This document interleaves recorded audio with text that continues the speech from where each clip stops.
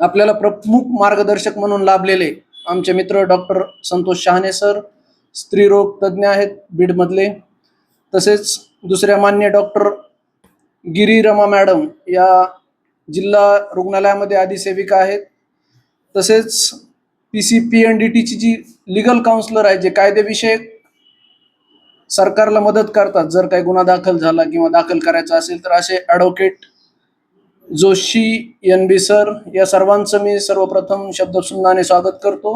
व आजच्या कार्यक्रमाचे प्रमुख मार्गदर्शक डॉक्टर संतोष शहाणे सर यांचं सर्वांनी टाळ्याचं सहकार्य करावं.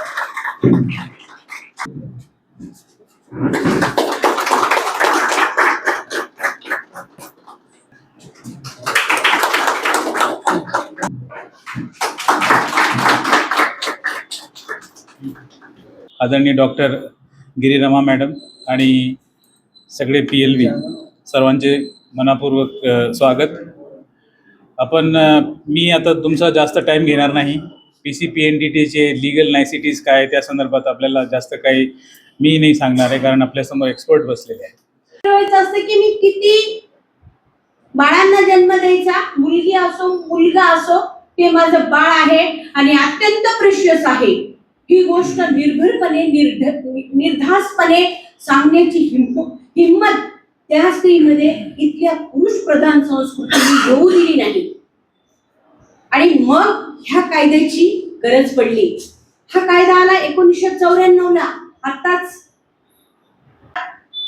मुलगा आहे की मुलगी आहे हा शोध लावला, पण याही पुढे जाऊन आपली पाशवी मनोवृत्ती जी आहे त्याही पुढे जाऊन त्याचा दुरुपयोग करून गोष्टी वेगळ्या घडत गेल्या. आणि जेव्हा कुठल्याही गोष्टीचा खूप स्फोट होतो त्यावेळेस समाजाला घातक गोष्टी तयार होतात. त्यावेळेस मग जाऊन शासनाकडे जाऊन, मंत्रालयाच्या लेवलवरती जाऊन विधिमंडळात कायदा मंजूर केला जातो आणि मग असे कायदे अंमलात येतात. कायदे पंडित खूप जण आहात. मी परिचारिका संवर्गातून सगळ्यात वरचं पद असतं मेट्रन, यानंतर एक आमच्या डायरेक्टर असतात, त्या लेवलपर्यंत गेलेली व्यक्ती आहे. मी एका ANMच्या घरात जन्म घेणारी व्यक्ती आहे. म्हणून ग्रामीण भागापासून ते शहरी भागापर्यंत आणि दिल्लीपर्यंत शिक्षण घेऊन वेगवेगळ्या स्तरातून ऑब्झर्वेशन. ठीक आहे. ही संकल्पना अस्तित्वात आली 2003 मध्ये आणि कायद्याचं नाव PCPNDT झालं दॅट इज इन 2003. त्याच्या अगोदर फक्त प्रीनेटल डायग्नोस्टिक टेक्निक ऍक्ट होतं. तर आता कोणी सांगेल की गर्भलिंग निदान कोणत्या मशीनद्वारे होऊ शकतं? सोनोग्राफी सगळ्यांना माहित आहे. सोनोग्राफी व्यतिरिक्त MRI माहिती आहे. MRI सुद्धा होतं. MRI सुद्धा PCPNDT च्या अंतर्गत येतात. सिटी स्कॅन होऊ शकतं. ते सेंटर सुद्धा PCPNDT कायद्याच्या अंतर्गत येतात. आणि आपण जो आता बोलत होतो की प्री कन्सेप्शनल म्हणजे हे जे ART सेंटर्स असतात, म्हणजे वंध्यत्व निवारण केंद्र किंवा टेस्ट ट्यूब बेबी सेंटर, हे सुद्धा सर्व या कायद्याच्या अंतर्गत येतात. आणि ह्या कायद्याची जी मोठी पार्श्वभूमी आहे प्री कन्सेप्शनल, याच्यापासून सुरुवात झाली. जे सेंटर आहे ज्या ठिकाणी टेस्ट ट्यूब बेबी केले जातात, जे सेंटर आहे ज्या ठिकाणी जसं की आपण IVF म्हणतो, ICSI म्हणतो, ICSI, किंवा ज्या ठिकाणी IUI म्हणतो. आपण मोठमोठे बोर्ड वाचतो. बोर्ड काय वाचतो? त्या बोर्डवर लिहिलं असतं की मूळ होत नाही, बाळ होत नाही ना. कितीही कडक केला तरी त्याची अंमलबजावणी पूर्णपणे होणार.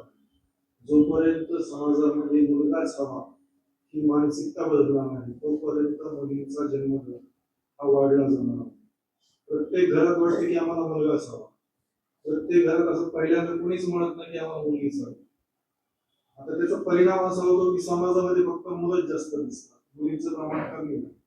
आपल्याकडे जर बघायचं म्हणलं तर बऱ्याचशा ठिकाणी जे काही लग्नाला मुलं आलेली असतात त्यांना बऱ्याच वेळेस वय झालं तरी मुलगी मिळत नाही. जवळपासच्या शहरात बघितली जाते, नातेवाईकांमध्ये बघितली जाते, सगळीकडे प्रयत्न करून सुद्धा मुलगी मिळत नाही लग्नासाठी. पण बाहेरच्या राज्यातून मुलगी आणावं लागते, तिला पण हुंडा देण्यात होती. ती तक्रार 2022 मध्ये खरी निघाल्यानंतर गुन्हा दाखल झाला आणि त्या प्रक्रियेमध्ये ही जी योजना आहे ती योजना आपण बीड जिल्ह्यात पहिल्यांदा 1,00,000 रुपये बक्षीस दिलेलं आहे. सदरचं बक्षीस आपल्यापैकीच हजर असलेले PLU आहे, त्यांना आपण 2023 मध्ये ही बक्षीस दिलेलं आहे.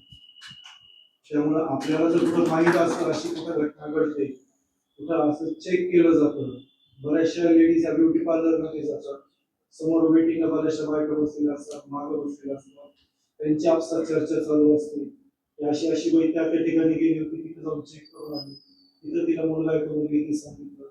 असं जर तुम्हाला समजलं तुम्ही फक्त शांत बसून केली जाते. असं शहाणे सांगितलं की रजिस्टर सेंटर असते, डॉक्टरांनी परवानगी घ्यावी लागते, मशीनची नोंदणी करावी लागते, जागेची नोंदणी करावी लागते. हे फक्त नोंदणीकृत जे काही सोनोग्राफी सेंटर्स आहेत त्याच्यासाठी आहे. ज्यांना हे करायचं आहे ते अनोंदणीकृत सुद्धा सेंटर असू शकतात, खाजगी व्यक्ती असू शकतात. तर ते काय करतात, एखाद्या निर्जन स्थळी किंवा एखाद्या घरामध्ये पोर्टेबल सोनोग्राफी मशीन किंवा दुसरं कुठलं यंत्र असते ज्याद्वारे सेक्स स्टिम्युलेशन करता येईल. तर ते बरेचसे पेशंट असे असतात ज्यांना सोनोग्राफी करून चेक करायचं असतं, तर त्यांना त्या ठिकाणी आणलं जातं. मग तिथे सोबत असलेल्या सोनोग्राफी यंत्राद्वारे त्यांचं चेक केलं जातं, सेक्स स्टिम्युलेशन केलं जातं आणि गरज पडली तर तिथेच त्यांचा गर्भपात देखील केला जातो. तर या आशयाची तक्रार आपल्याकडे आली होती 2024 मध्ये. सदर तक्रारीच्या अनुषंगाने आपण त्याच्यामध्ये चौकशी करू. गेवराईमध्ये एका खाजगी घरामध्ये रेड केली, त्या ठिकाणी एक शिक्षण घेणारा डॉक्टर आहे, तो जालन्याहून येत होता. त्यातून त्याच्यासोबत पोर्टेबल सोनोग्राफी मशीन आणली. महाराष्ट्र शासनाने पोर्टेबल सोनोग्राफी मशीन पूर्णपणे बॅन केलेली आहे. त्याचं एकमेव कारण असं की सहज इकडून तिकडं हलवता येते, घेऊन जाता येते, कुठल्याही ठिकाणी नेता येते, जी बॅगमध्ये टाकून देखील नेता येते. ते पूर्णपणे त्यावर बंदी घातली आहे. आपल्याकडे स्टॅटिक सोनोग्राफी मशीन आहे. तुम्ही कुठल्याही सोनोग्राफी सेंटरवर गेला असाल की एक उद्या स्टँडवर ठेवलेली सोनोग्राफी मशीन असते आणि त्याच ठिकाणी असते. नोटिसा जायच्या, नोटिसा गेल्याच्या नंतर त्यांचं म्हणणं घ्यायचं, त्यानंतर त्या बैलाला चेक करायला त्या संबंधित हॉस्पिटलमध्ये पाठवायचं. यामध्ये बराचसा कालावधी जायचा आणि त्या बाळाचं वय वाढायचं. यामध्ये लवकरात लवकर गर्भपात करावा, त्या बाळाचा जीव वाचवा, त्या आईचा जीव वाचवा, यासाठी शासनाने यामध्ये तरतूद करून GR पारित केला. त्यानुसार 24 आठवड्यानंतर प्रत्येक जिल्ह्यामध्ये वैद्यकीय मंडळ स्थापन केलं आहे.